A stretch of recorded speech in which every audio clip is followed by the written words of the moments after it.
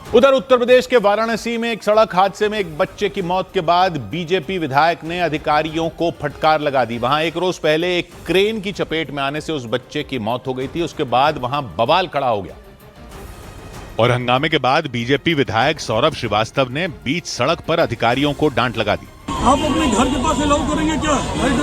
तो यहाँ कैसे अलाउ किया आपने? बताया गया कि वाराणसी की सुंदरपुर सब्जी मंडी के पास सड़क हादसे में उस बच्चे की मौत हुई थी, जिसके बाद अधिकारियों पर लापरवाही का आरोप लगा।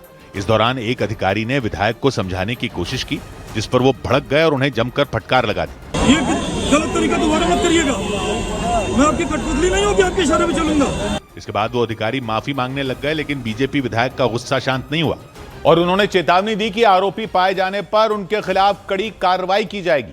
इस दौरान वहां मौजूद लोगों ने अधिकारियों के खिलाफ मोर्चा खोल दिया और बीजेपी विधायक से उनकी शिकायत की। हालांकि विधायक ने अधिकारियों को ऐसी फटकार लगाई कि वहां मौजूद लोग शांत हो गए। ये मुझे रोका कैसे आपने? मैं आपके तय हुए एजेंडे बात करूंगा क्या? उन्होंने साफ चेतावनी दी कि अगर दिन के समय वहां की सड़क पर क्रेन दिखाई दी और इससे सड़क हादसा हुआ तो सख्त कार्रवाई होगी। एक तो अगर हाइड्रा की परमिशन थी तो मैं आपके खिलाफ पत्र लिख दूंगा, क्योंकि आरोप लगा कि एक क्रेन की चपेट में आने से 8 साल के बच्चे की मौत हो गई थी।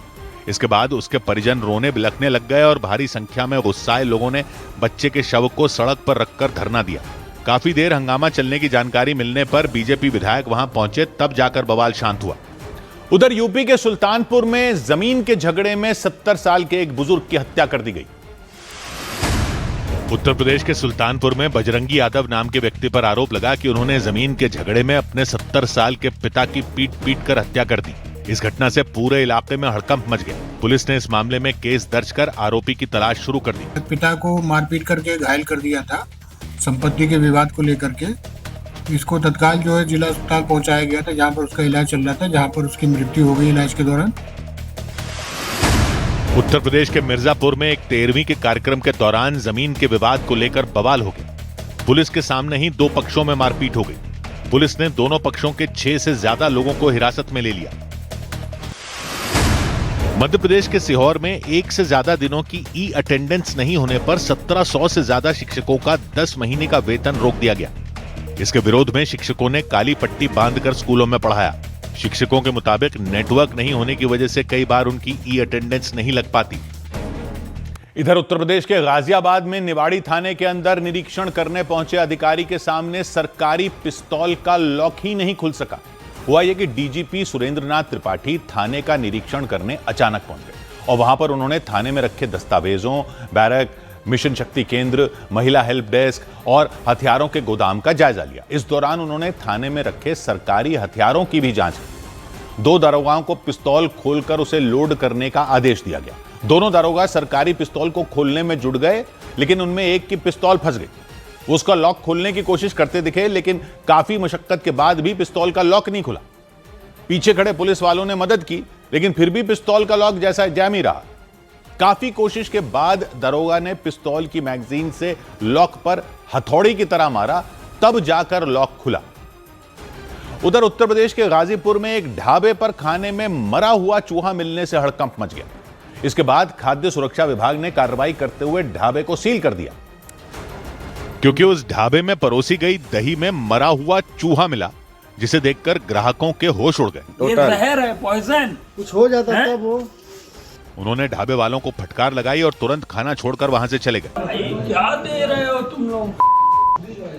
वीडियो। इस मामले की जानकारी मिलने पर खाद्य सुरक्षा विभाग की टीम ने उस ढाबे पर छापा मारा। इस दौरान वहां कई तरह की लापरवाहियां सामने आईं। इसके अलावा चारों तरफ गंदगी देखी गई, जिसके बाद कार्रवाई करते हुए ढाबा सील कर दिया गया। उधर मध्य प्रदेश के दतिया में जन सुनवाई के दौरान जिले के कलेक्टर ने एक पटवारी को सबके सामने जमकर फटकार लगा दी। वहां कुछ गांव वाले एक नाली की शिकायत लेकर पहुंचे। उन्होंने आरोप लगाया कि नेताओं के दबाव में आकर पटवारी ने जबरदस्ती एक नाली को बंद करवा दिया। और इतना सुनते ही जिले के डीएम का पारा चढ़ गया। उन्होंने जन सुनवाई के दौरान कई लोगों के सामने ही आरोपी पटवारी के खिलाफ कार्रवाई करने का निर्देश दे दिया। इसको अभी इमीडिएट ऑर्डर करो, इसको सस्पेंड करने का, और ये नौकरी में नहीं रहेगा, इसको डी शुरू करो अभी। और नया पटवारी जो आएगा वो अच्छा समझदार आएगा, ऐसे नहीं आएंगे कि जो नेताओं के लिए काम करते हैं। डीएम ने सभी कर्मचारियों को आदेश दिया कि वो सिर्फ जनता के लिए काम करें, न कि नेताओं और बड़े लोगों के लिए।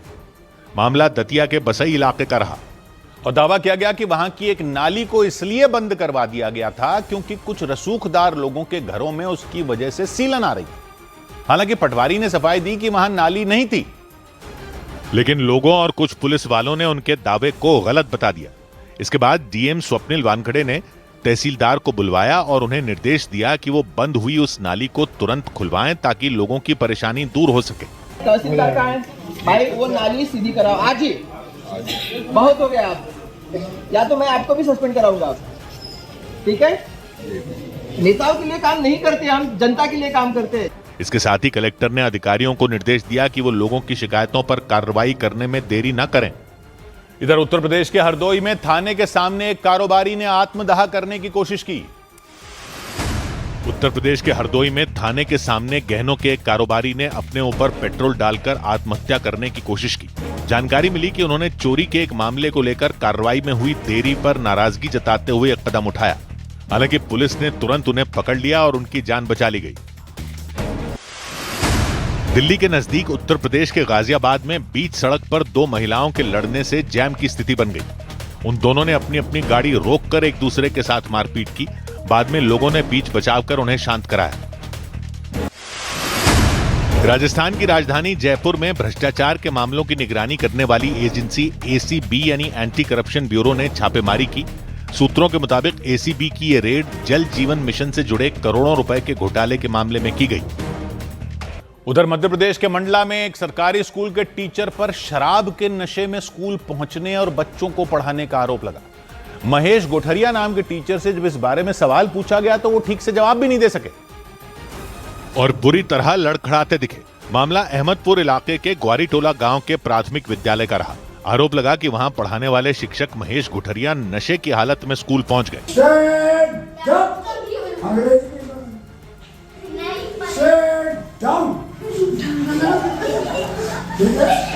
क्लासरूम में पहुंचने के बाद वो बच्चों को कभी अंग्रेजी पढ़ाते दिखे तो कभी गणित, गुणा भाग और घटाना पढ़ाते पढ़ाते उनके भीतर का म्यूजिक टीचर भी जाग गया। उन्होंने बच्चों को फिल्मी गाना सिखाना शुरू कर दिया। एक साथ बोलना, तुम, तो, पर,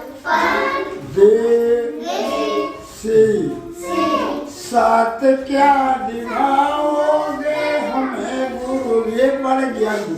महेश गोठरिया गाना गाते और बच्चे उसे उनके पीछे दोहराते दिखे, लेकिन टीचर महेश गोठरिया इतने नशे में दिखे कि क्लासरूम में ठीक से खड़े भी नहीं हो पा रहे थे। उनकी हालत देखकर बच्चे भी उन पर हंसते नजर आए, लेकिन इस सब का उन पर कोई असर नहीं हुआ। वो झूमते हुए और लड़खड़ाती जबान में क्लास के अंदर बच्चों को उल्टा सीधा ज्ञान देते दिखाई दिए। महेश गोठरिया ने बच्चों को बंदर की कहानी सुनानी शुरू की, लेकिन अगले ही पल वो कहानी भूल गए। उन्होंने शायरी सुनानी शुरू कर दी।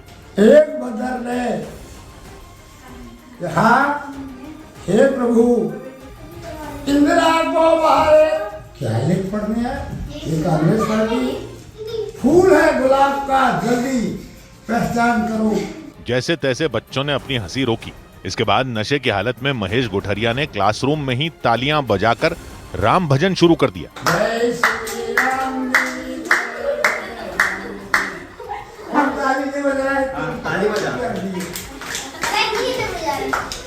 बीच बीच में वो ताली नहीं बजा रहे बच्चों को डांटते भी दिखाई दिए।